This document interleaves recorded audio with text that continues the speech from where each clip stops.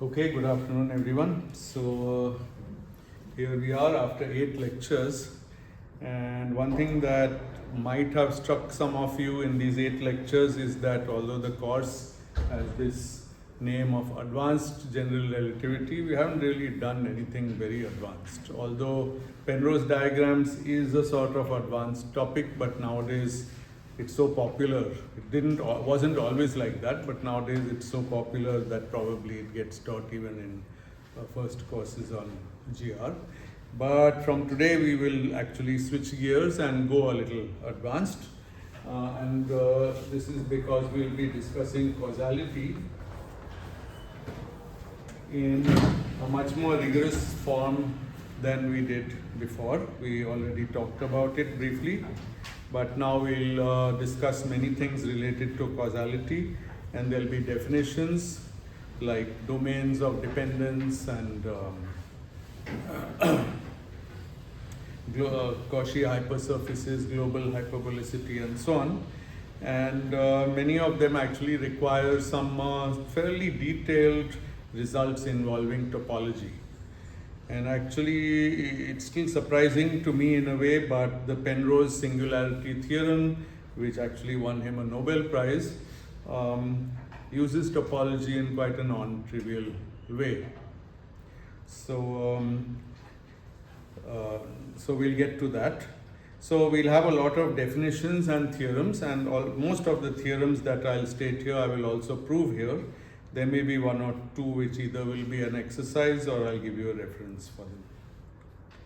So we are still, one thing in common with the last 8 lectures is we are still studying spacetimes that are generic, and we are still not introducing Einstein equations. So this may be the longest part of any course on GR which hasn't even introduced a Lagrangian or an Einstein equation.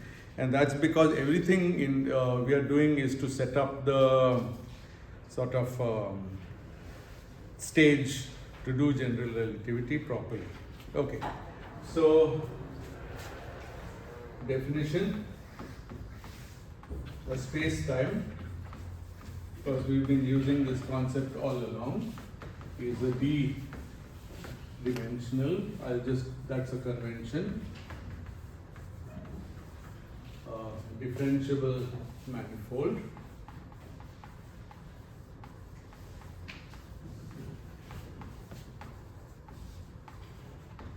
So when I say differentiable, I mean everywhere differentiable. I'll just explain the words a little bit. With a smooth metric,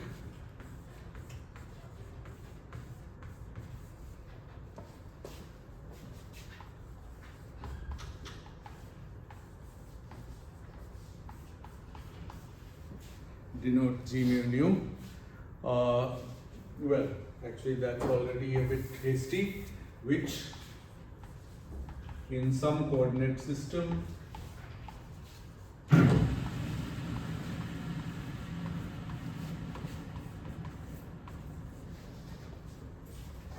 x mu is denoted G mu nu.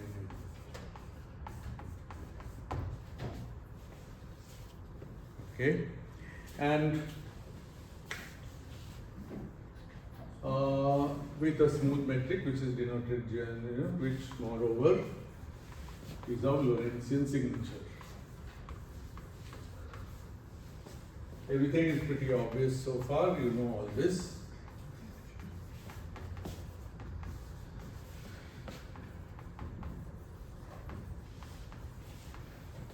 So it's -1 plus 1 dot dot dot plus 1 d entries. Now, a space-time in this course will always be called M, and I'll try not to use M for any other space other than the whole space-time that I'm dealing with. But there's still one more thing, which is optional but which is good. Was there a question? Yes. There was a question? No. Okay. M is taken to be time orientable.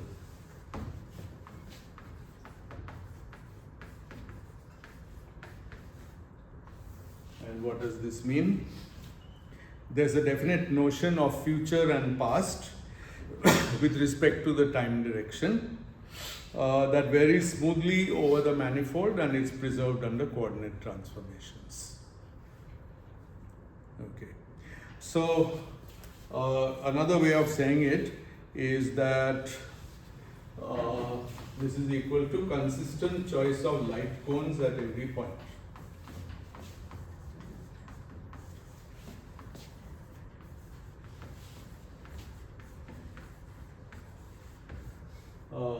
At every point that varies such that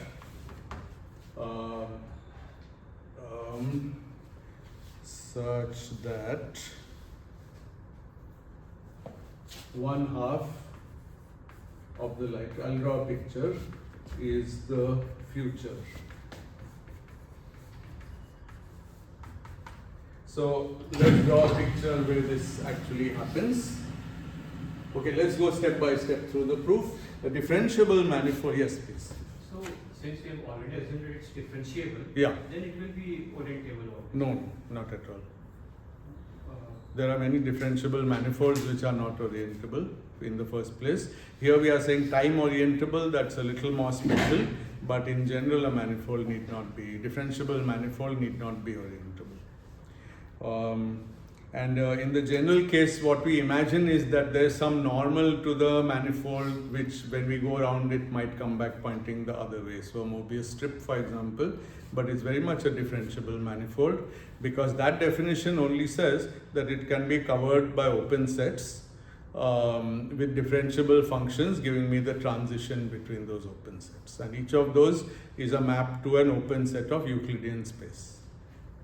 So this curvature singularity is not some point where you have this differentiability, right? Well, first of all, yeah, differentiability need not break down anywhere. A differentiable manifold, let me go through everything, then you can get to these questions. They are important. A differentiable manifold need not have any metric. In differential geometry, we define a manifold, but we don't assign it a metric. In Riemannian geometry, we assign an extra thing to it. So actually, there are three stages: topological manifold,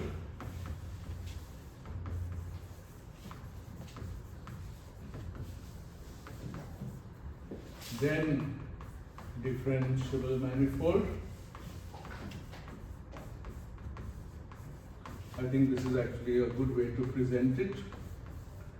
And then Riemannian manifold. And these are, to get from here to this involves putting more and more structures on it. This has the least number of structures. I'm going to tell you what the structures are. Then you have to add something to go here, then you have to add something else to go here. For this discussion, I need not be very picky that it's pseudo-Riemannian, but we'll always, since we are interested in Lorentzian signature metrics, at this stage we'll put a pseudo-Riemannian metric. That is the statement that it's of Lorentzian signature. So this one can be covered by open sets. So we make what are called coordinate patches. Okay, and the transition functions are homeomorphisms.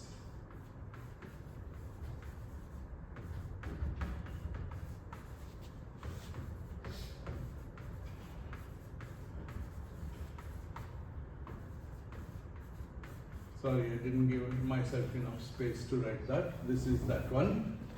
So pictures. Imagine these are two open sets of a topological manifold. I have to have many that will, at least, I mean, it may be one, it may be many, but in general I allow for many open sets such that every point in the manifold at least is in one of them, so it covers the manifold. The problem is this open set, let's call it O1, or actually U1 more commonly, has a map to has a homeomorphism A homeomorphism is a continuity preserving map. Okay, it preserves topology, that means topology. So if something is continuous, it maps in a continuous way. Not necessarily differentiable, only continuous. So this is a part of Euclidean space. Even in the Lorentzian case, here we are treating Euclidean space just as a topological manifold. It just comes with a family of open sets, and we know what those are. Those are the balls, okay, without their boundary. Those are the open sets. Those are a convenient choice of open sets for this. So this patch will go to something here. This patch will go to something here. The overlap of these two patches will go to this overlap of these patches here. The difference is there are coordinates don't exist here in the manifold, they exist here. Okay, and what are they? We are in Euclidean space. Euclidean space comes with its natural set of coordinates. So we know how to assign coordinates to this patch and this patch. And so this patch U1 gets its coordinates from this, U2 gets its coordinates from that. The problem arises because there's an overlap. So in the overlap, this region can have either these coordinates or those coordinates. It has two possible choices of coordinates. So there must be a coordinate transformation function which takes me from one to the other. So if I call the coordinates of this as x and of this one as y, then x and y are both defined on this overlap. Okay? And so there must be a function y mu of x, and this is called the transition function.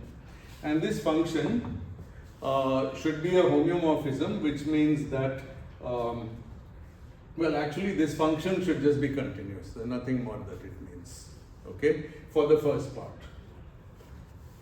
For the second part, the y mu of x should, of course, this is not just one function. On every overlap there's such a function. There could be triple overlaps. There are a few more things to be said, but basically it's the idea. And for a differentiable manifold, these functions are not merely continuous but also differentiable. And some authors, even including Hawking and Ellis, distinguish whether something is once differentiable, twice differentiable, infinitely many times differentiable. In physics, we prefer for things to be infinitely many times differentiable. That is called C infinity, but it could be called C1 or C2. And I think if it's just continuous, it's called C0. I think that's the terminology they use. So here differentiable. But notice that in this statement and this statement, we never said anything about a metric. And there's lots you can say about a manifold. For example, it's you can talk about its homology, its cohomology, its cycles, all kinds of things, differential forms. You can even integrate the differential forms on the manifold without having a metric. You only need a volume form. So the metric is very much an extra structure that doesn't come for free in differential geometry. It's the next thing you may want to study, and you also may not. It depends what you want to do. But in physics, we have a hard time imagining any manifold that doesn't have a metric, because what is the point of physics if there's nothing you can measure? And metric is exactly the rule which tells you what you can measure. So these transition functions are there because there is diffeomorphism? No, the functions need not, they are diffeomorphisms only if they are differentiable, otherwise they are not diffeomorphisms. They are simply continuous functions. So in a topological manifold, there is no concept of diffeomorphism. There is just concept of homeomorphism. It becomes diffeomorphism if we require the functions to be differentiable. Diffeomorphism is a differentiable homeomorphism. Okay. What about the functions for Riemannian? So for this we already assume that is done, and we impose another condition on it, namely that these are differentiable. For this we assume that 1 and 2 are already done, and now we choose a metric. So the metric simply has to be compatible with these transition functions. That means if we choose a metric on one patch and a metric on another patch, then they have to transform into each other by the usual formula del y by del x twice of the old metric is the new metric. So we can't not do that. We can't just assign a metric patchwise in the manifold without respecting these transition functions. And since the metric is by definition in our language, it's a second rank tensor, covariant tensor, lower indices, then there's a fixed rule what it has to satisfy. So that rule has to be obeyed. Once I obey that rule, I can assign any metric. If I among choices that obey that rule, all are good. Then, if you like, once I have a Riemannian manifold, then, for example, the next step in physics would be solutions of Einstein equations. So now, among all Riemannian metrics, I look only for those which solve Einstein equations. We are putting the constraints on the manifold. Yes, we put more and more conditions to get the physics out. But the 0th level condition is topological manifold, then differentiable. Most often we don't distinguish, we jump directly to differentiable. But there are some theorems, even one which I may do today, where we only prove that some topological manifold exists. And then we, as I said, we add this structure, and then we can add more structures and do physics.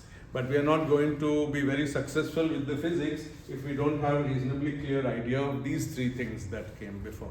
So for those, I think most of you are nodding and you probably know this in some form, and therefore my repeating it may be useful. But if you really want to know it ab initio, of course there's nothing like reading the original maths literature, and my favorite book for that is called Singer and Thorpe. I'm sure there are more recent books. I think it's called something Topology and Differential. I don't remember the name, but it's I think it's Topology and Introduction to Topology and Differential Geometry. It's a really nice book, and actually it's a book that without awful amount of stress a physicist can actually read. The writing is very clear, the proofs are quite simple, and you don't have to read all the proofs. I mean, you don't have to understand or work out all the proofs. You will still get a decent idea. If you want a more less proof-oriented, less deep, in fact, introduction, there's a video course that I gave for IIT Gandhinagar about 4 years ago on differential geometry and topology, that you'll find the playlist on my YouTube page, and also a textbook that I wrote many years ago with Mukunda. Half of it is on this. So, but you please do, depending on what you already know and what you need, please do look those things up. Okay, now let's get back to our point, which is that the manifold was time orientable. So I was going to draw a picture of being time orientable. So imagine at one point there's a light cone like this, and this is the future. At another point, I'm assuming I have some fixed coordinate system, it might tilt. It might tilt even quite drastically, and so on. What should not happen is that I should be able to transport this light cone all around somewhere in the manifold, and by the time I come back, that up arrow is pointing down. Then it would be not time orientable. And there's a nice example, Wald gives it. In fact, it's this one. Just imagine I put two boundaries on this manifold, and you can imagine that these are boundaries of space. So this is always space, that's time. Well, actually no, I take that back. You just put boundaries on the manifold and you let the light cones tilt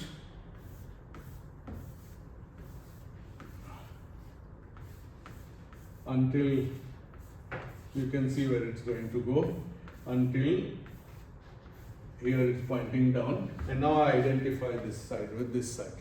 So my light cones have gone upside down, and then up to here I am still fine, because simply that's my time direction. So actually what is misleading is only the fact that we always draw a horizontal axis space and vertical axis for time. That's only valid in a patch. See, any of these small regions I can do that because it won't have tilted too much.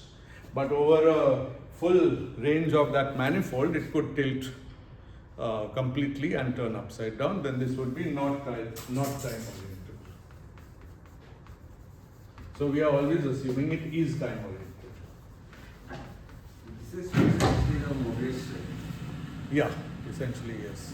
That's right. Well, the Mobius strip is a spatial manifold, but if I do the Mobius strip then the time, exactly, on a space-time, then it will do that. So the single cover of ADS would not be allowed for this. Single cover of ADS actually is, I believe it's still time orientable, but it has closed time like loop. Yes, so if you take the light cone along the closed time like loop, No, it comes back to itself actually, because what happens is the light cone goes that way and comes back, but future is still pointing along future. That's a different criterion. Closed time like loop and time orientable are different. In closed time like loop, what happens is it's not that the direction of time ever changes. Future pointing is future, but by going to the future, you can end up in the past. In time non-orientable, what happens is that you're not sure which direction is future from a given point. There are two possible, both directions could be future. Because if I join this to this, I had already assigned this part of the light cone. Light cone always has two halves, and this part I had called future. But now this light cone, when it comes back there, it says, well, this is my future, sorry, tough luck. But then it's the same light cone as this one, which had been assigned that as the future. They don't match. So it's that mismatch which is non-time oriented. So, how does particle travel to the future of second? Particle always travels to the future. So a particle here will be going that way. Particle here will go that way. These are all space-time diagrams.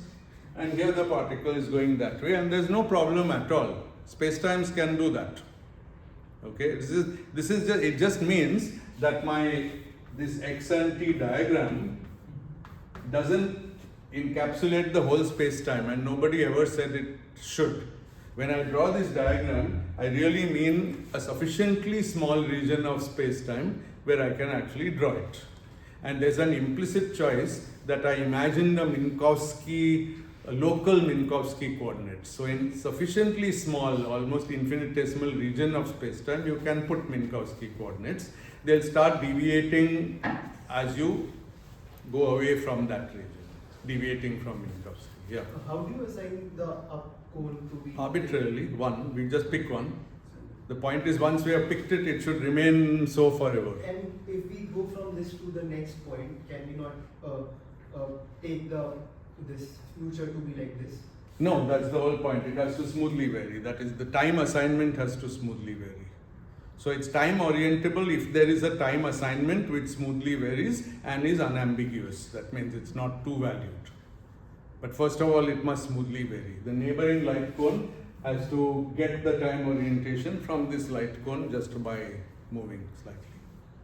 Yeah. So there is always a time direction here in the picture. Yes. Why it is not?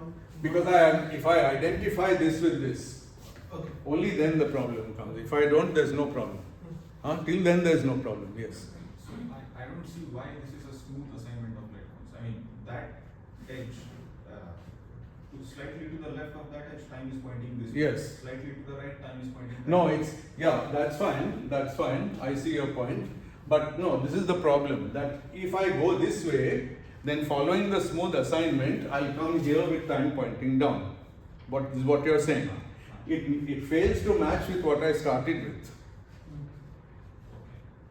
So it's a double valued thing. That is exactly what we don't want. That's exactly what time non-orientable means. So in other words, I mean, you're right. In other words, there's no smooth assignment of a time direction. So what I was only saying is that supposing I try to make one assignment and I hope it's smooth and I keep going here, and until here it's smooth. But now I reach a point which is actually here. So here I have that light cone at the end, which is with this assignment of time. But now in the last step, in the very last micrometer, when it's going to match this light cone, there's a mismatch, and therefore I failed. I did not succeed in making a smooth assignment. So these kind of manifolds will not be taken. Not time orientable. Exactly. Would this still be differentiable? It would still be differentiable. It just doesn't have a well-defined sense of what is future and what is past. It's very much differentiable. And remember, differentiability does not ask you to go over large regions of a manifold. Any small region, so because it's basically about those overlaps between open sets. Cut the boundary. So There's no boundary. This is just identified with that. There isn't really a boundary. The open sets here just smoothly. This from here onwards is just a copy of whatever is from here. It's just periodic. Cylinder, torus, circle, any of those is like that. So exactly, the Mobius strip is the classic example where things go wrong because something had been inverted and then we glued the boundary back. This is the space-time description of such a problem. So is it same as saying that, for example, the first statement is if this we drew on a space-like curve, right? This was an example, yeah. Yeah. So, but I presume that if I'm trying to see this thing on a time-like curve, then it won't be closed if I have this problem, right? It won't close. This one is just an example of a non-time orientable space-time. So is it correct to say if the manifold is not time orientable, then I won't be able to close that time-like curve? not necessarily. Sometimes you might be able to, for example. So we don't ask about time-like closed time-like curve. See, the point is this: once I have a time orientable manifold, then I have a future direction and a past. Otherwise, these words future and past are meaningless. Now, a closed time-like loop says that I go to the future and I end up in the past. Not, I never go in the past direction, I go in the future. In fact, I could have gone in the past direction and I would end up in the future. The directions are still unique. This is future, past is past. It's just that where I am located in space-time is to the past of where I started. That's the closed time-like curve. And I don't think, as you're saying, I can't make that statement till I have a future and past in the first place. So this comes before asking any question about closed time-like curves. It should at least be time orientable. I was just saying that if I assign future like this and then go, I should not be able to come back. That's what I was thinking. No, I might be able to. I might still have a time-like curve. The time-like curve does something different, and this is my point, that supposing I identified, it's very trivial, and we've done it also recently. Supposing I just identified these two, and that happened in ADS because it was a periodic coordinate. So these two are automatically identified. So what happens is that when I go here, it means I have to glue this to another copy of itself. That's just a copy of this. It's not I don't extend it, I just glue it just to show that it repeats. So the problem is that if I started at this point, x, then after traveling to the future, I would be back at x. It would be the same point. That means just before I reached x, I would have been in the past of x. Okay, so that's the closed time-like curve. And as you see, nobody has questioned the direction of future. We've simply said that you end up in the past of where you were. Not that you move towards the past. You had never moved towards the past. But obviously, if there is no clear definition what's future and past, you can't even ask this question. Great, very nice to have these questions. One more little point, which actually I should have said before this. In a general space-time, you can't really think of one light cone. It's implicit in this diagram. There is a light cone at every point, and it can change. And so really the correct statement is that the light cone, I should actually in my notes, I should invert the order of these comments, really belongs to Tp of M, which is the tangent space to the manifold M at the point P for each P. So it's the tangent space, you know already, and I think we have discussed it, is the space of infinitesimal vectors, infinitesimal displacements on the manifold. But I then make the kind of conceptual leap to convert that to a vector space. So it's like a tangent plane. Now my vectors in the tangent plane can be as long as I like. Okay, so that's why the light cone looks nice and long and finite size. I don't have to draw it infinitesimal because it lives in this space and not really in M. This will avoid at least many confusions. For example, what is this diagram about? Okay, because you might say that, well, in this diagram it's clear that this point is in the, I might try to identify the points in the two light cones, but actually these live on different points of the manifold, so they're actually just different light cones. But since the points move smoothly on, since I can move smoothly, I can have a path smoothly in the manifold, so the light cones along that path are supposed to transform smoothly. Good. Okay. So now we are going to discuss paths. And again you may say, so this is done. You may say, what's new about paths? Paths are x mu of lambda. Well, we spent a lot of lectures talking about geodesics, but we almost never talked about paths that are more general than geodesics. So not necessarily geodesics.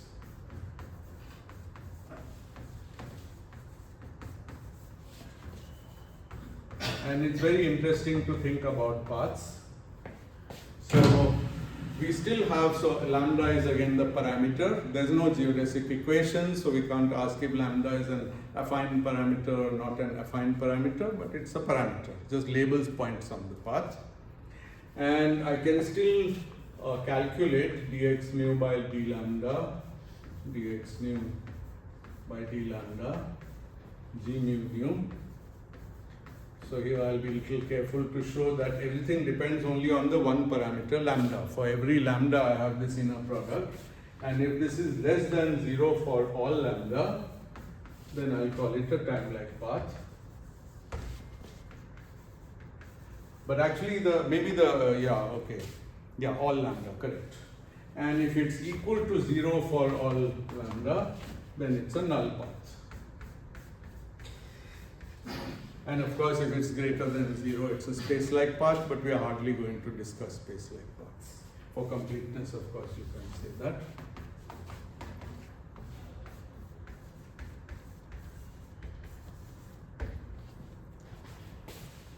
Good.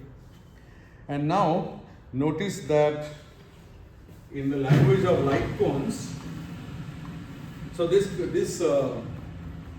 question whether this is negative has to be evaluated, or 0 or positive, has to be evaluated at every point P of the manifold separately. Okay, and only if it's true for everybody, then it's called time-like and so on. But you can certainly have paths which are partly time-like, partly space-like, and in between they might be null. You can certainly draw a path which goes like this. And now what you have to do is, you can only say here it is space-like, okay? But once you reach here, you have to draw the light cone here, and you say, oh, this is now tangent to that 45 degrees, so now it's null.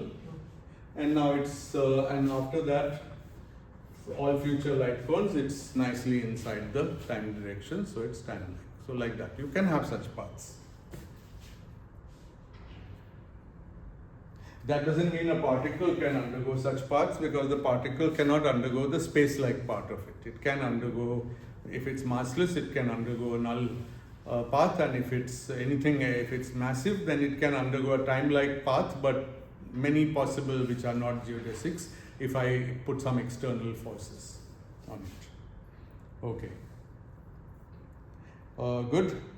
Now there's a little theorem which is quite useful, which says that, okay, so this, there's a name, this is also called causal.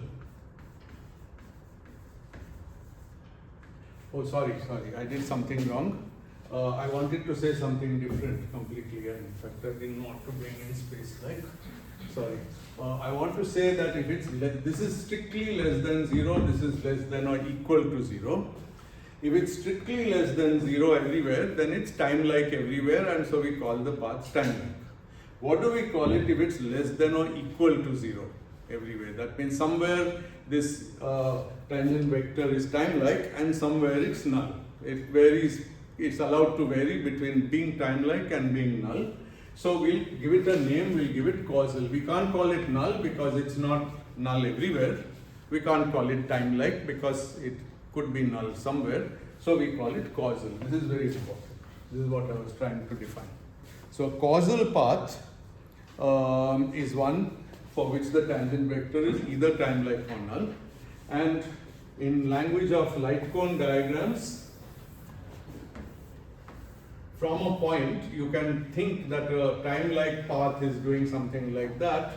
A causal path, on the other hand, could possibly start like this, then tilt to 45 degrees, but not bending more than that, otherwise it would be space-like, and then it could tilt back to be time-like, and it could do this as often as it likes. That's the mental picture of a causal path. Of course, it could also be always at 45 degrees. That's null, and it's a special case of a causal path. Good. Okay. So any tangent vector which satisfies the second criterion is just called causal. So now we have a little theorem. This one is relatively easy to prove. If two tangent vectors, by tangent vectors I mean they are tangent to some paths, two causal tangent vectors, let's call them y mu and z mu, satisfy y dot z less than 0, then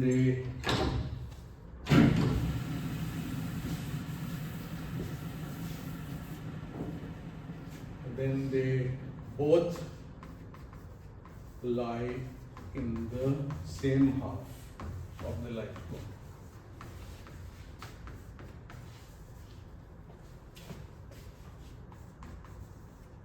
Same half means we assume now that there is a future half and a past half.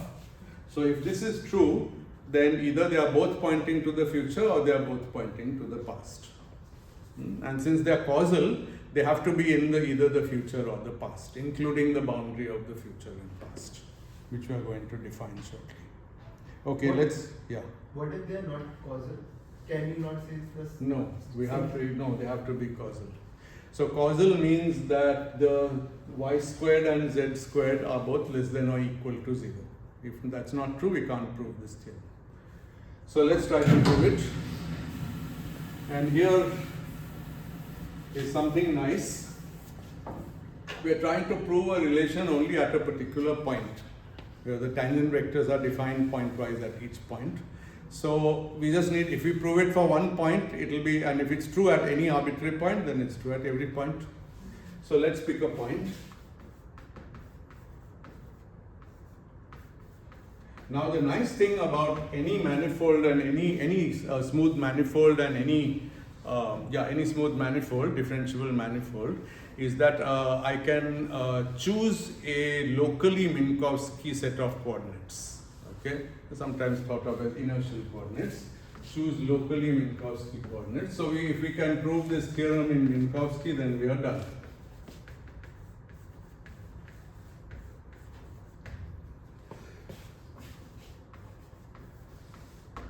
Then all the inner products are just given by the Minkowski metric, and we have y squared less than or equal to 0 means y0 squared is greater than yi.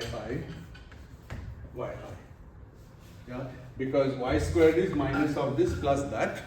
If this is greater than that, then the whole sum will be negative.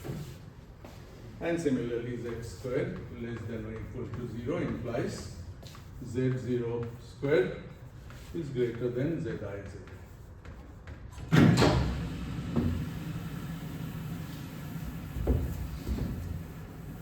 Now what we want to prove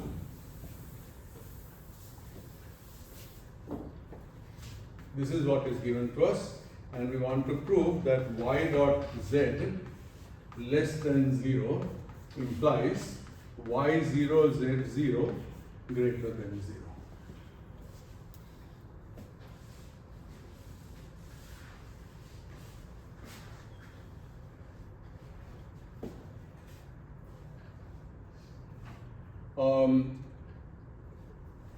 This is the starting point of the theorem that two tangent vectors satisfy y dot z less than 0. This is the statement that they both lie in the same half of the light cone, because this means either both are positive or both are negative. If both are positive, they both lie in the future light cone. If both y0 and z0 are negative, they both lie in the past light cone, but in either case, the same light cone. Is that okay? Question? Seems to be a half a question. You have a question? Shouldn't it be yi zi? Because it's negative. Sorry, what did I?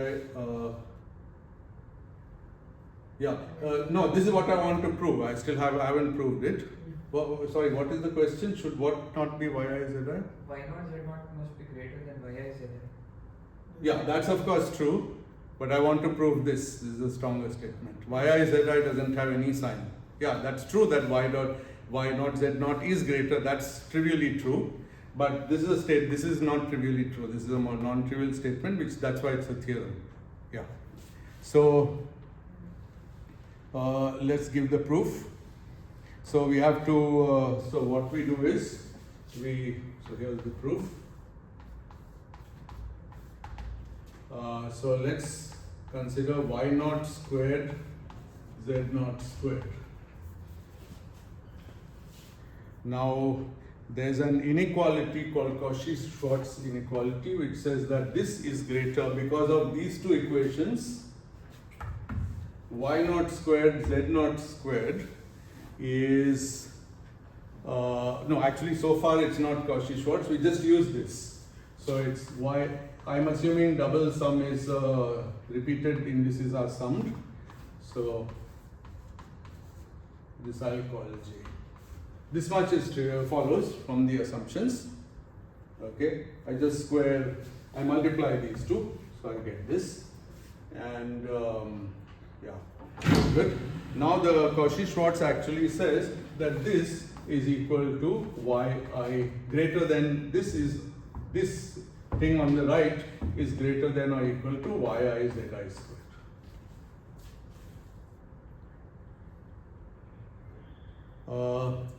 One second, let me just check one more thing.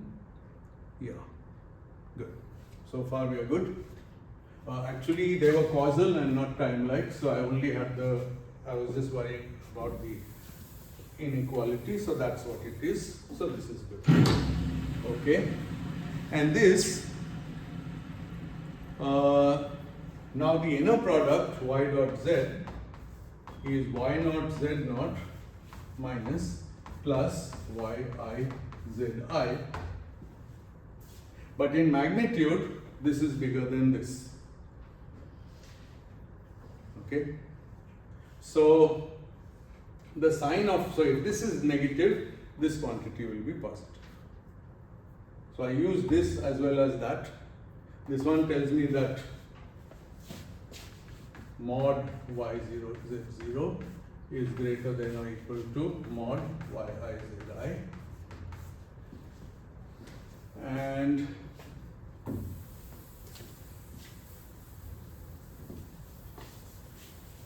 that means that the sign of this whole thing will be the sign of the first term, whatever it is.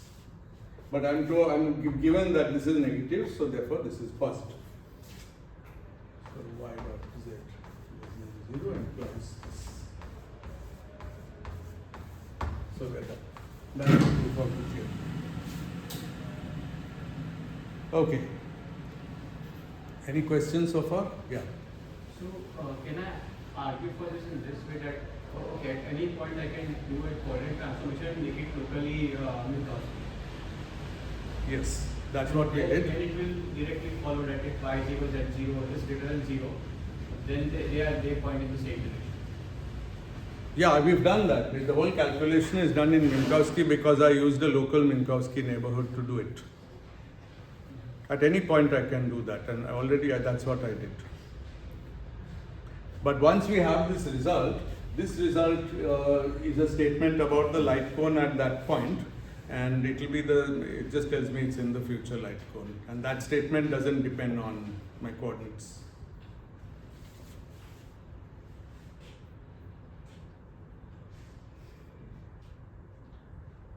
Good. Now we come to some of the most important definitions that we'll use repeatedly, and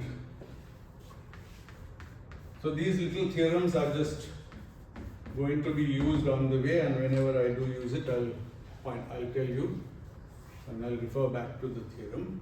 So what we want to define is the chronological future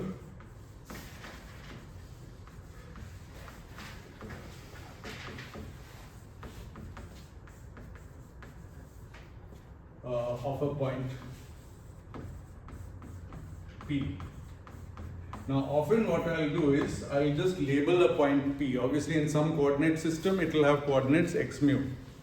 But I don't need that. I just refer to the point by a name P. Okay? So there is a point, and the chronological future of this, which is denoted I plus of P, is the set of points that can be reached in the future by a time-like path, as per my definition, starting at P. So it's a set of points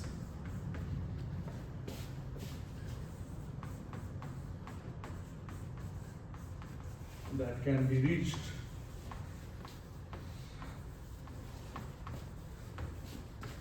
by a time-like path. Obviously, since this is the future, so it's a time-like future-directed path. And since my manifold is time orientable, a future-directed path is clear. As lambda, the parameter, increases, I go towards the future.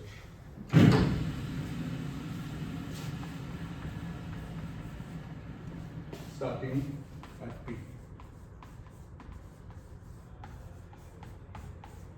Null paths are also null. No. Remember, it says reachable. So we are not ruling out that it might be reachable by some other sort of path that's not time-like. For example, certainly if I have 2 points like this and a time-like path between them, there's also the possibility of having a path that's space-like and then turns null and reaches the same point. That's possible. But what I want to say can be reached. So it's very important here to keep our logical system clear. Can be reached means there should exist at least one time-like path which does the job of reaching there from here. There may exist two, there may exist infinitely many, not our business. It should be reachable by at least one.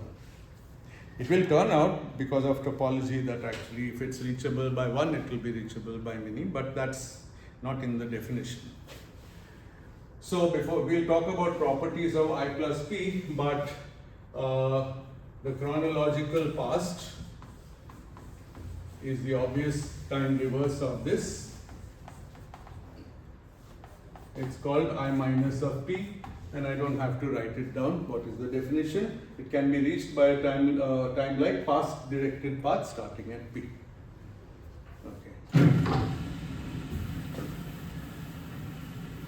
So it's pretty easy to draw, except for having to remember that the light cone is only defined point-wise. So here, let's say here's my point and this is P's light cone. So a time-like path generically looks like that to the future and like that to the past. So how can these vary? Well, they have to be time-like, so everywhere. So I can never access any point outside. That's clear. Any point here can never be reached by a path which never tips beyond 45 degrees. Those are the paths that travel faster than light, as I said in my very first lecture. Those can't happen. So imagine sweeping this path all over its possibilities. You basically get the whole future light cone, but not its boundary. So it's very difficult to draw this concept, but you see, a point here cannot be reached by a time-like path, because to reach here, it has to be everywhere null till it gets there. You can already see that just in Minkowski spacetime, because if a signal decided to take it easy and not travel at the speed of light for some time, like it was here, it can't suddenly speed up so that its average speed becomes the speed of light.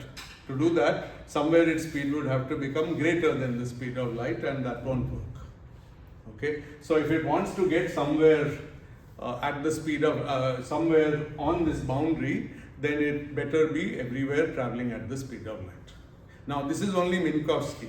Life is far more complicated in general curved manifolds, and we'll talk about that later on, because a null path could actually, there could be two null paths that reach the destination at different times. It's a very interesting subject, and we'll talk about it after several weeks, I think. If you want a preview, go and read about gravitational lensing. In gravitational lensing, there's some star emitting the light. There's some bunch of matter, but of course matter is just curving. We just assume gravitational interaction, so it's just curving the space-time. And now you can get different paths. So source, me. There will be time delay. Yeah, exactly. But the point is that it's traveling at the speed of light on both paths, because light can only travel at the speed of light. And yet it can reach here at different times. Physically I receive it at different times, exactly time delay. So these are weird things. This means that the light cone cannot be that simple. Something more is going on. And that's okay, but that's not the point of our present discussion. We're just defining things. Yeah. So you can observe a star while it is being born, as well as it is like getting some supernova explosion at the same time. That's a nice thought, but in practice the time delays are extremely small, so no. Good. Okay. So this is the chronological future or past of a point. One thing to note is that I plus of P is d-dimensional. It has the same dimensionality as the whole manifold. Okay? There's only a point here, but if I look at all the possible time-like rays that can go out into the future, they span a full d space-time dimensional manifold, but it has some limits. It's because it's only in the future light cone. So this is, I've been using words like future and past light cone all this time, but now actually we are a little bit saying more about it, because earlier the idea was that we are just confining to a small local light cone around each point. Now what we are saying is that for a generic manifold, whatever boundaries, they may not look so nice and straight, whatever the boundaries are, whatever's inside, that's called the chronological future. We just have to find a lot of properties of it. And likewise, whatever these time-like paths to the past can access is the chronological past. Okay. Now there's a nice generalization. Instead of a point, take some set. We don't have to say anything about this set, whether it's open or closed or manifold or anything. Just take a set of points, and every point in this set will have its chronological future, and I can just take the union over all of them. So I plus of the whole set is the union over all P in the set, I plus of P. So this defines for me the chronological future of an entire set. Okay.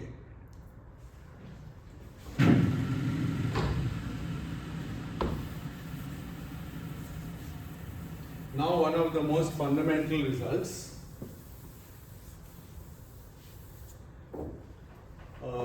I plus of P is an open set in the given topology.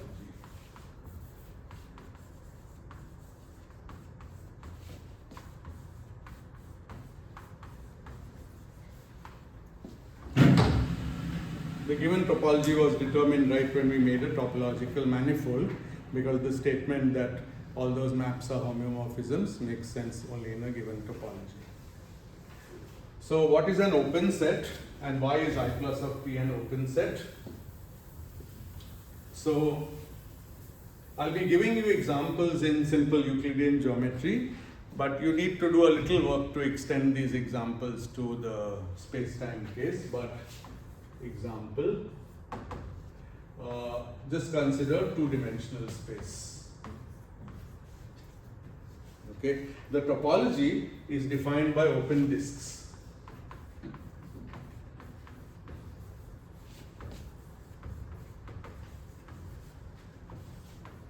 Now here this open and that open, they are related, but there's a difference.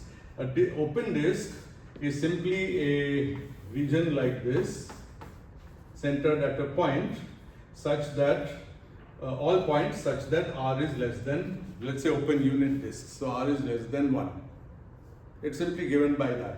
Now obviously a disk with a disk made of all points starting from an origin and having R less than 1 doesn't include this circle on the boundary, because that circle is R equals 1. Doesn't include any point of that. Okay? So because we know Euclidean space very well, we call this an open, this is definition of open disk. Okay, so in Euclidean space, open disk is clear. Now because the topology is defined by open disks, an open set will be anything that I can make as a union of open disks. Okay? So anything that's a union of open disks, also intersections, but only finitely many intersections. So union, any union and finite intersection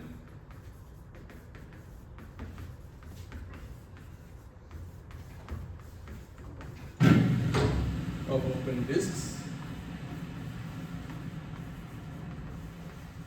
is defined to be an open set. So the union of two open disks is not an open disk after all. Supposing I take two open disks which are disjoint, their union is just both of them. There's no better name for it. But both of them is not an open disk. It's a different set, but it's still open because it's a union of two of them.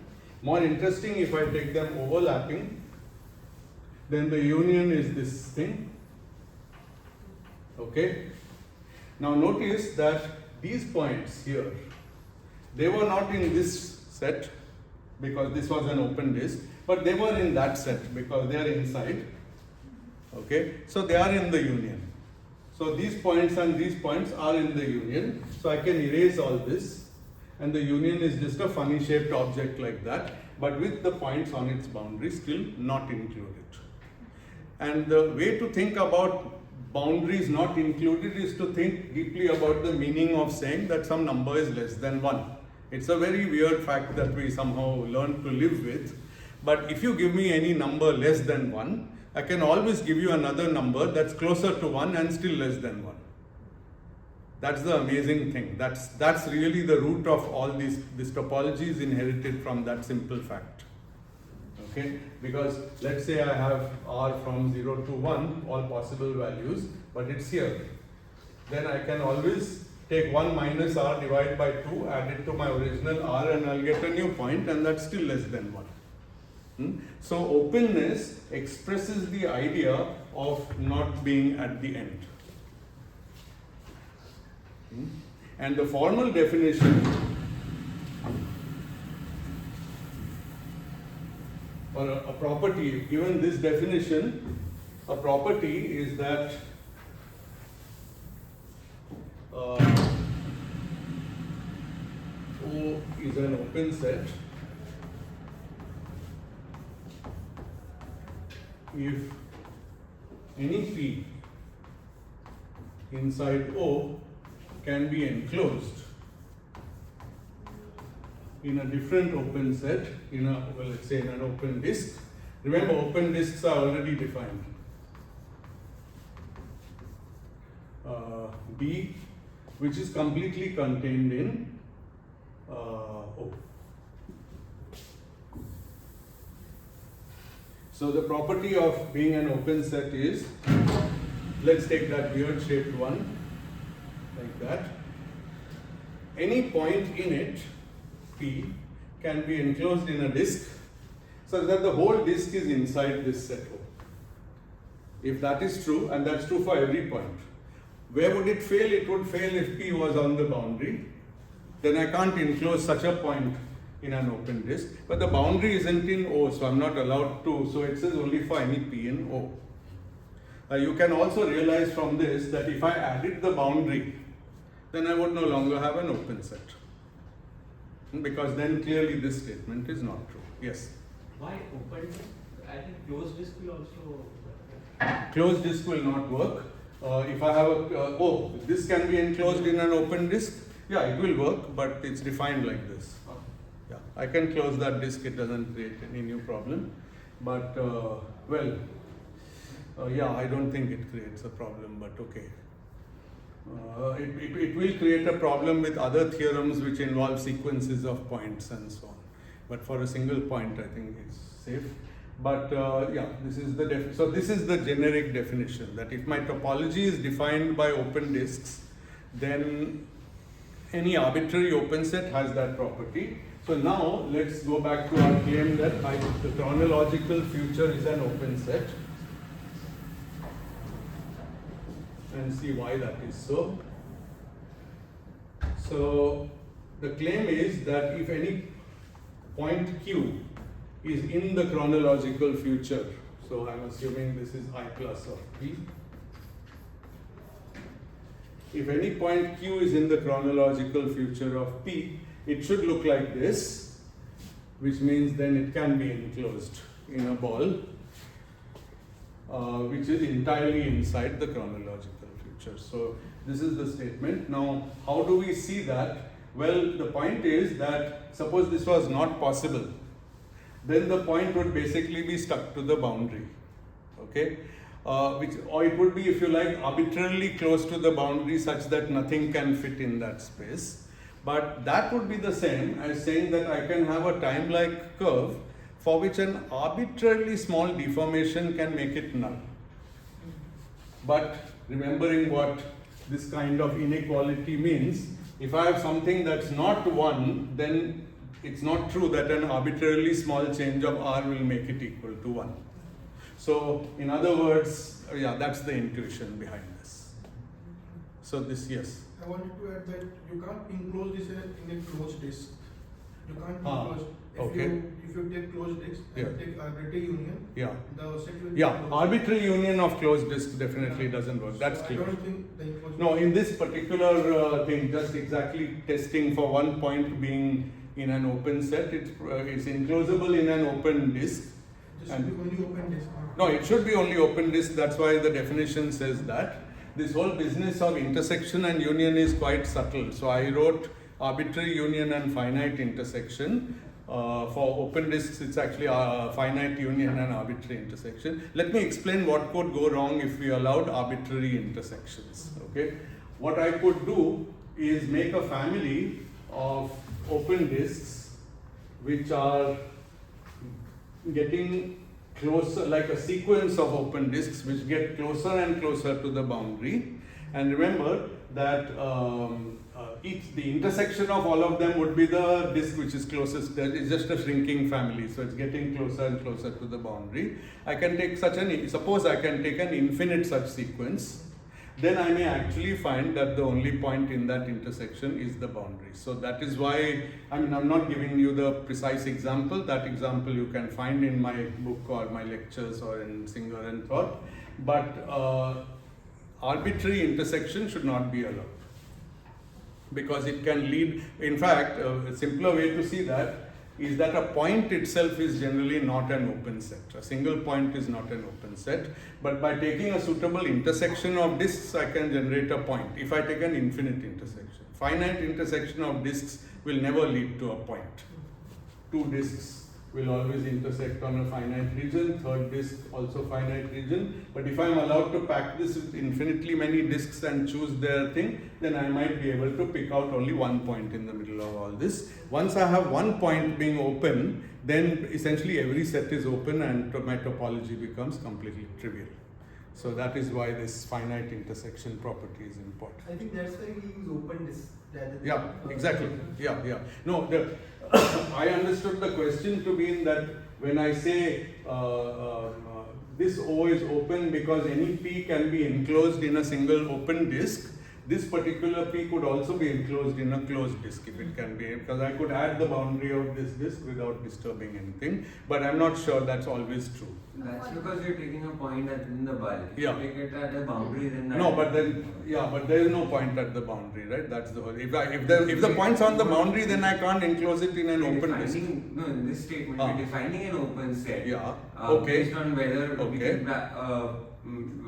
we can have open Correct. disk which Correct. surrounds it. Yeah. So if we take a closed disk in this definition, if Yeah. we change the definition of open set, Yeah, it absolutely. includes the boundary. It's not part of the definition, but Yeah. what I'm saying, if I know that this is already open, that means I can enclose P in an open disk, then in many cases, or in simple cases, I can also enclose it in a closed disk at no extra price, but we don't want to add that into our definition.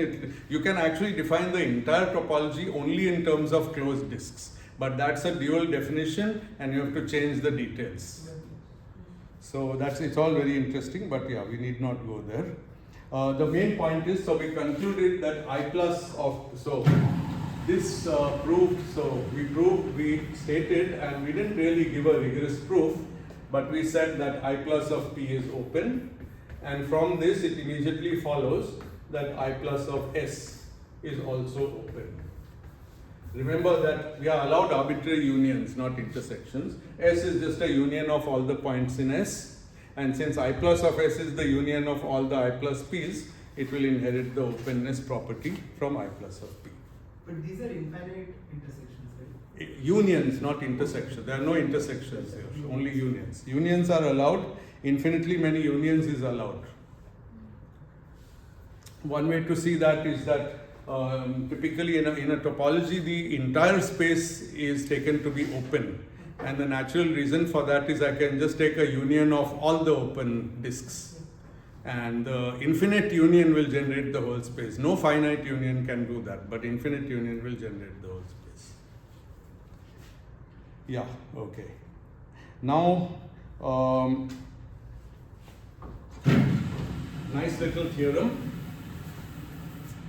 If I leave this as an exercise, if Q is in the chronological future of P, then P is in the chronological past of Q. This probably doesn't even depend on those discussions. This actually is hardly an exercise. This means there's a timeline curve from P to Q, and this means there's a timeline curve from Q backwards to P, the same curve. Okay.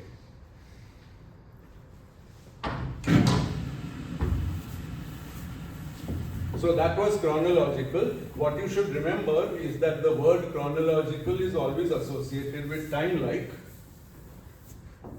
And the key reason why I plus of P is open is that, as I said briefly in between, is that a time-like curve will have neighboring curves will also be time-like. It can't be that a time-like curve is infinitesimally close to a null curve. A given time-like curve will not be infinite. Any given time-like curve cannot be infinitesimally close. Cannot be arbitrarily close to a null curve. So there's some deviation of that curve which will keep it time-like, and that deviation, the end point of it will generate points around P, and all those points will form an open set. That's how we make the open set. Okay. Now we define a different thing, which is causal. So now you have to remember that causal. So the causal future, J plus different notation of a point P is the set of, it's exactly the same definition except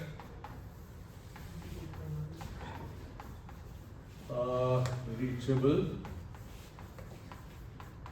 by a future directed causal path.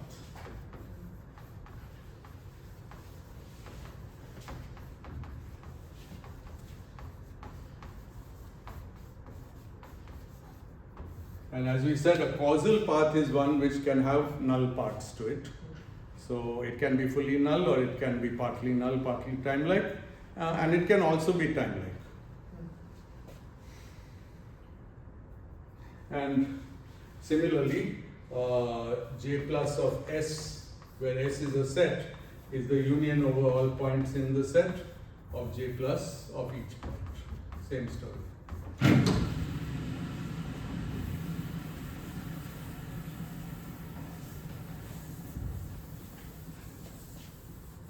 So in a very simple case, you should imagine that I plus is sitting here. This is the point P, and J plus is everything here including the boundaries. So the very intuitive thing is that J plus is the light cone including the cone itself and everything inside it, and I plus is only everything inside it. But as we'll see very soon, that's not always the case. What's not? What I just said. I've drawn a finite size light cone that's only possible in Minkowski spacetime. If we are in a generic spacetime, then it need not be true that the J plus is just the boundary of, it's just I plus plus its boundary. I'm going to prove it, so give me 5 At minutes. least in Minkowski, J plus closed. Yeah. J plus is always, okay, so we'll come to that. Then, well, we'll come to all that. Give me 5 minutes, everything is coming. Now, one comment, I plus of P does not, and this is a trivial but still actually important point, does not contain P. There's no time-like path from P to P. However, J plus of P does contain P, because there is a null path from P to P. A path which doesn't do anything from one point to itself is automatically null, because so it's almost trivial, but that's how it is. So, and of course, converse of this, which is also true, is that I minus of P doesn't contain P. Similarly, J minus of P does contain P. So Yes. that would not happen if there are closed timelines. Then there is a timeline part. Good. Give me a second. Yeah, sorry. Thank you. I think I forgot to say something.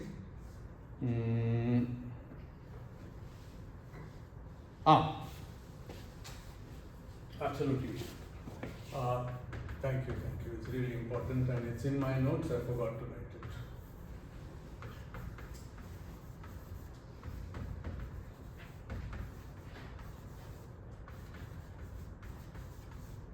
If there are closed time-like curves, of course, then I just have to sit at P, travel to the future, and sooner or later I'll come back to P, and therefore it will be in my future. P is in its own future light cone, own chronological future.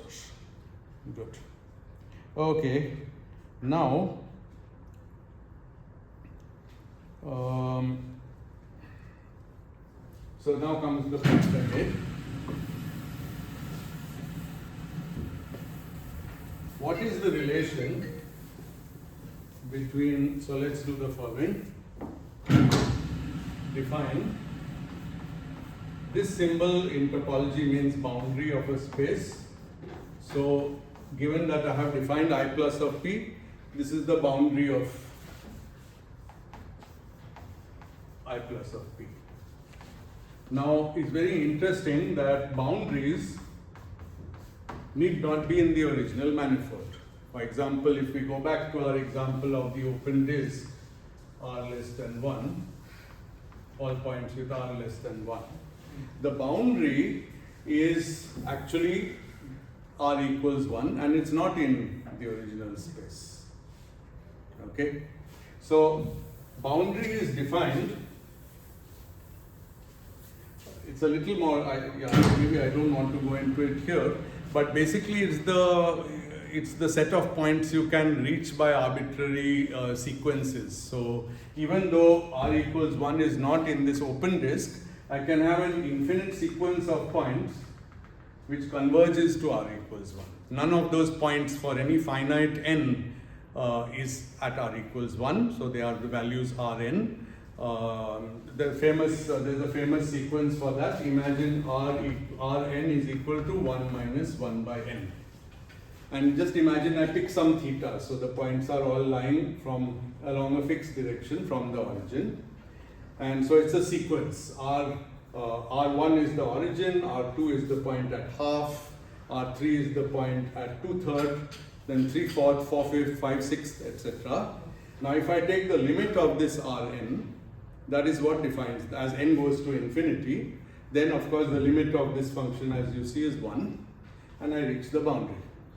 But this is the whole point. In a sequence, any of the individual points need not be on the boundary, but the limit is in the boundary, but it's not one of the points in the sequence. That's the whole idea of a limit. Limit is not necessarily the value of anything in a given sequence, but it's what the value tends to. So this defines the boundary. So this is how we define the boundary of I plus of P.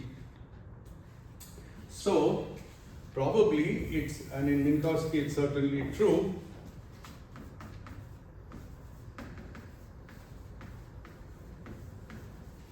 if I take I plus of a point and I take the union with the boundary, and in Minkowski this is the interior of the light cone and this is the boundary of the light cone, then I get J plus.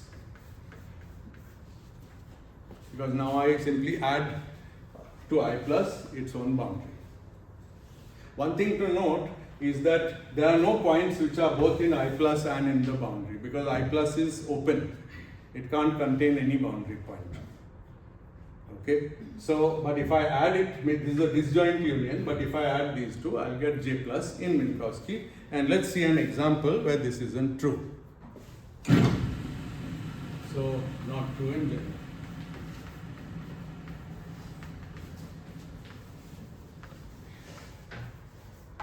There was a way to get that clock back over there. Submit an application. Okay. So, this is a favorite. You might think it's very nitpicky, but these are important examples. Yes, please. So the boundary points, the limits may not lie in the I plus of P, but if it is also possible that the limit may not lie in the manifold itself. Yes, exactly. And that's the example I'll give. In Minkowski, everything lies in the manifold that you would expect, namely all points with any coordinates are in the manifold. That's Minkowski. Now we are going to consider Minkowski with one point missing. And we'll compare I plus, boundary of I plus, and J plus. Okay. So, so as I was saying, this is a typically mathsy example, and it does look at first sight like these people are just nitpicking and finding weird examples that God would have never created. But it's not so. These are good examples because we learn something. You can't make a general statement if there's an exception to it. And turns out that there are more non-trivial exceptions, but this is the simplest one. So here, I pick a point here, call it P, which is deleted from the manifold. Remember, the manifold is all this. In fact, now it's Minkowski. It's just Minkowski. Maybe I shouldn't call it P. I'll call this Q. We are looking at the light cone at P. This point is missing. My space-time here is Minkowski minus one space-time point, not a spatial point. Okay, now what can we say? Well, this doesn't affect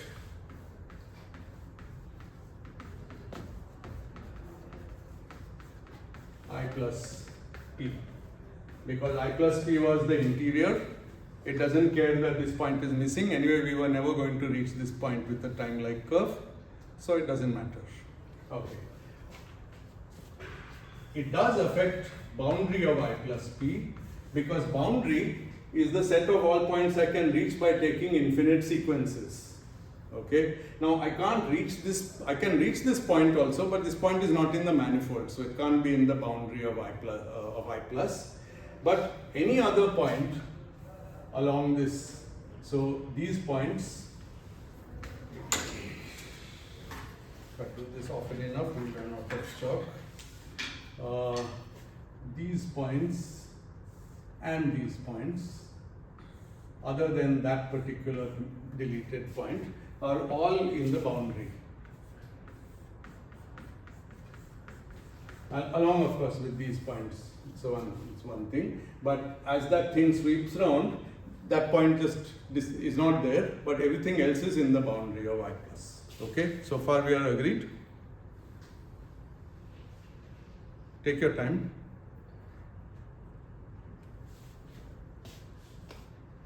Boundary is whatever wasn't contained in I plus and which I can reach arbitrarily close to. So it's all the points of the light cone boundary. This is Minkowski, so light cone is well defined and it's given by this equation. Only that point is not there. So the boundary is just missing one point. I is missing Q, otherwise the same. Now what about J plus of P? So what's the definition of J plus of P? All points which can be reached by causal curves. Okay. So obviously, since this deletion doesn't affect this interior thing, all of I plus will be there. Okay. Now let's look along the boundary. There's definitely a causal curve that can go from here to any point which is this side of Q. But there's no causal curve which can reach here. This is on the boundary, but after Q.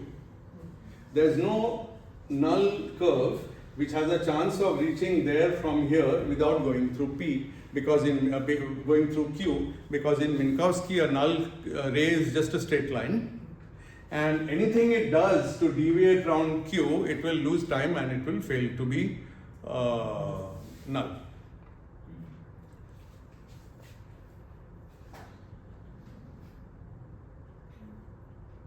Did I say that right?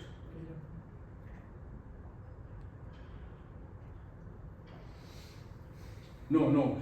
The point is this. It will go around, it will lose time. No, this is the problem. It doesn't matter if it fails to be null. It can have a time-like segment. It's allowed. Problem is, if it has a time-like segment here to go in, it needs to go space-like in order to come back to the boundary. So it's losing some time. It needs to speed up and go beyond the speed of light, and that will kill it from being a causal curve. So this region is not in J plus.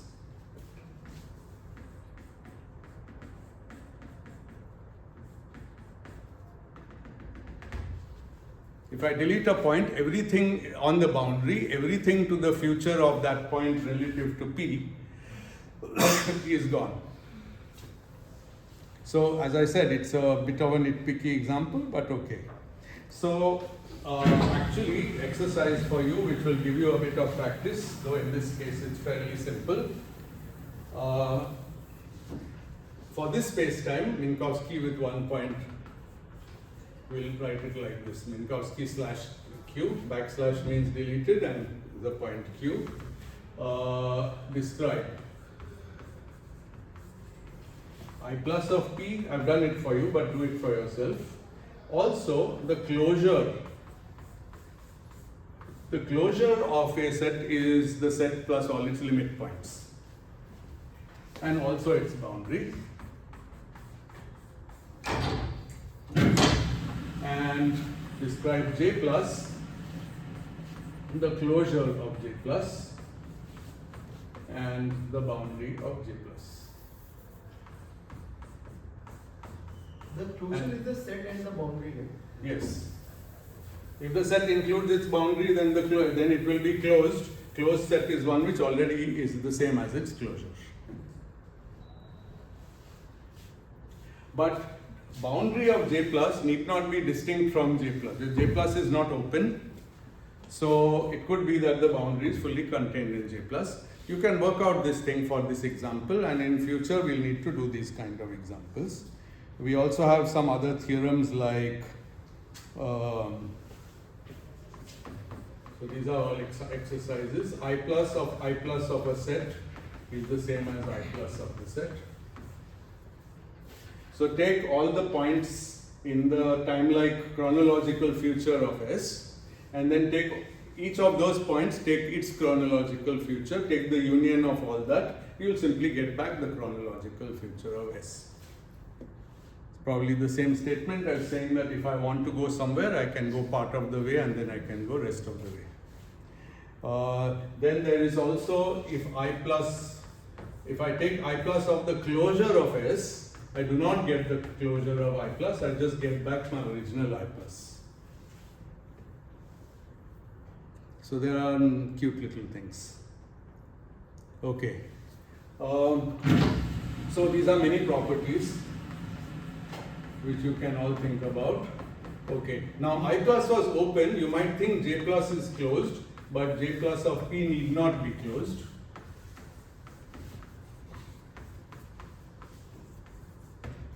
That's part of that exercise. So J plus and J plus of S will not be J plus of J plus. J plus of S. Will it be J plus of S? No, it will not be. Why not? We'll take an example like the one Ha. and we can see. Okay. I don't want to try thinking on my feet because I'll just give you a wrong answer on video. So you think about it and tell me tomorrow. Good. Now there's a theorem, and this theorem is non-trivial, and I think I'll prove this and stop here. This theorem is somewhat non-trivial. First I'll write it as, and I will give you the proof now and then we'll stop. If P is in the boundary of I plus of S, then the entire chronological future I plus of P is inside I plus of S. Let's draw it. So P is given to be in I boundary of I plus, so it could be this. Okay, remember these diagrams, really you cannot draw a general diagram. These are just indicative things. But it's said to be in boundary of I plus, so it should be there on the boundary of the light cone. Now I want to look at the interior of P's future light cone. This is P, we forget about that point. This is actually a whole set, so maybe I should draw this a little better. Let me just go up a bit.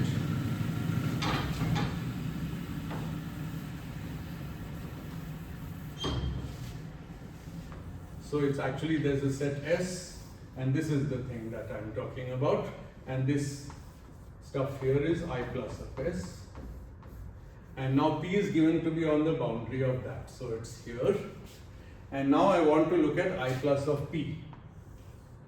So from P I draw its light cone and I look at its interior, and I'm claiming in general that this interior is also in the interior of this bigger space. It can't include some points.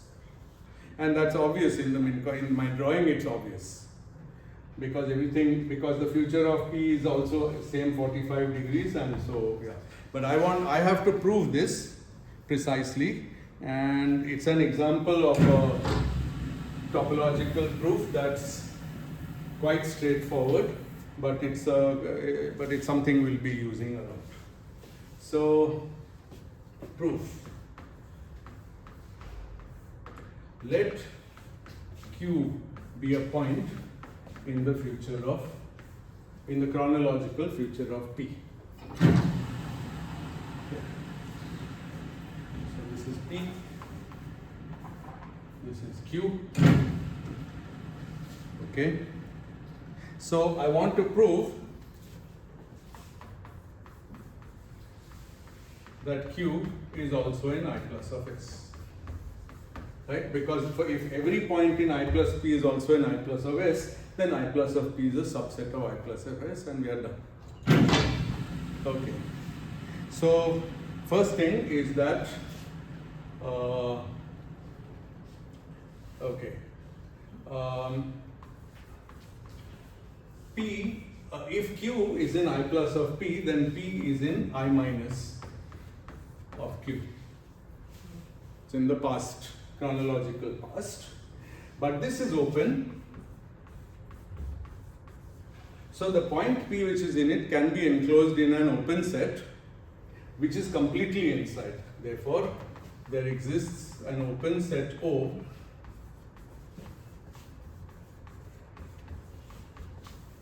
such that P is in O and all of O is in I minus of Q.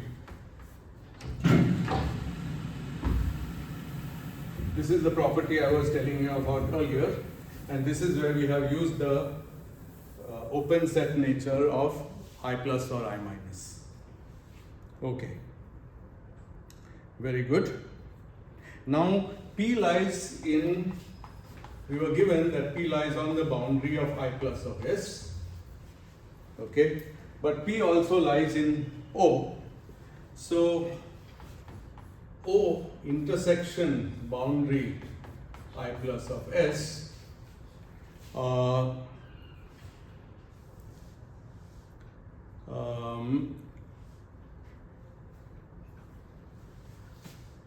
lies in O intersection I plus. This is again a topological statement.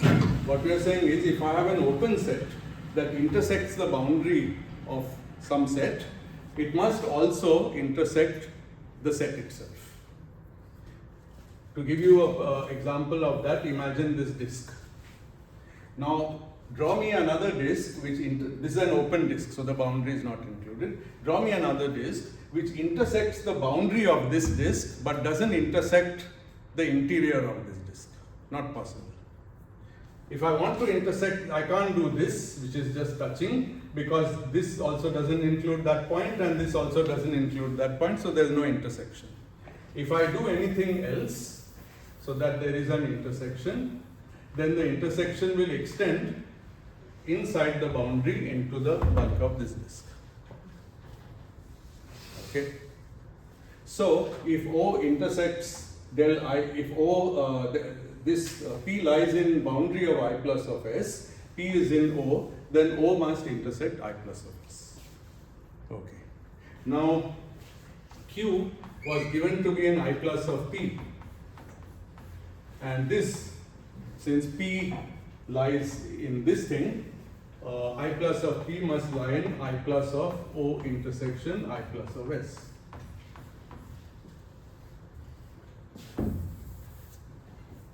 This in turn must lie in I plus of S, because when I look at the future of some intersection, it has to be in the future of both of these.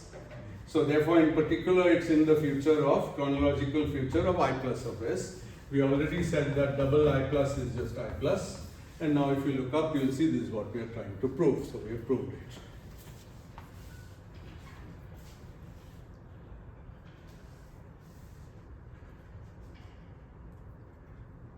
Basically, what happened is we used the fact that in the past of Q, so we reverted this I plus I minus relation twice.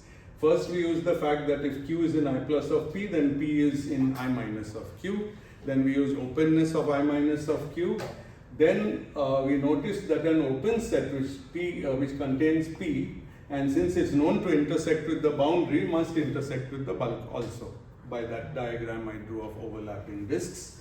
And then again we inverted the relation by taking I plus of P, that then the rest of the things are just algebraic manipulations, because I plus of an intersection is contained in I plus of any of the factors, and that's I plus. So we finally proved that the chronological future of P is contained in I plus of S. So therefore I plus of P is in I plus of S. So that's the end of that. So I'll stop here, a little bit over time. Yeah, question?